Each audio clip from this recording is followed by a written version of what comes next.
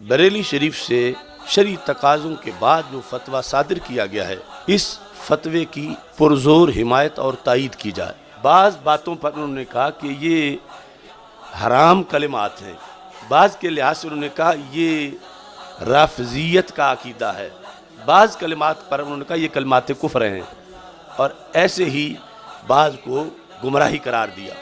اور نتیجتاً یہ لکھا آخری صفحے پر، محمد عرفان مشہدی اور جتنے بھی ان کے مؤید ہیں ان سب کو تنبیہ کی جاتی ہے کہ وہ اعلانیہ توبہ کرے اس کفر سے جس کا انہوں نے ارتکاب کیا، اور اعلانیہ توبہ کے بعد تجدید ایمان، تجدید نکاح، اور پھر آئندہ کے لیے کہ وہ ایسا رفض نہیں پھیلائیں گے، اس بات کی گارنٹی دیں تو پھر ان کی تقریر سنی جا سکتی ہے، ورنہ ان کی تقریر سننی بھی حرام ہے۔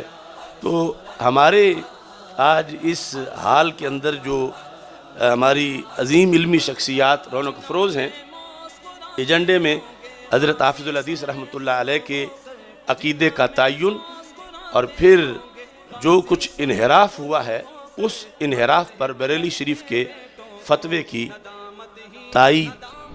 حضرت حافظ الحدیث رحمۃ اللہ علیہ کے عقائد و نظریات کی تدوین کے لحاظ سے ایک مختصر وثیقہ آج ہم اس پہ دستخط کرنا چاہتے ہیں۔ چنانچہ ہم سید محمد عرفان شاہ مشہدی کی خیرخواہی کرتے ہوئے انہیں بریلی شریف کے فتویٰ کے مطابق عمل پیرا ہونے کی تلقین کرتے ہیں کہ وہ کلمات کفر و رفض سے توبہ کر کے واپس مسلک اہل سنت پر آ جائیں۔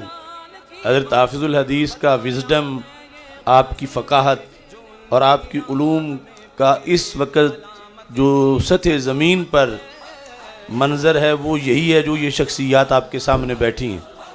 یعنی یہ ایک قسم کا فیصلہ جو ان حضرات کا ہے، یہ پوری جلالیت، رضویت اور تمام حقانیت کا فیصلہ ہے۔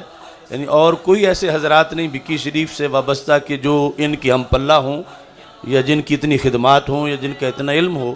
تو آج ان سب نے یہ بہت مہربانی کی اور اپنے فیصلے سے ہمیں آگاہ فرمایا۔ اللہ ان کا سایہ تا دیر ہم پہ سلامت فرمائے۔ سزا اس جرم کی جو ہو، سعادت ہی سعادت ہے۔ یا رسول اللہ، یا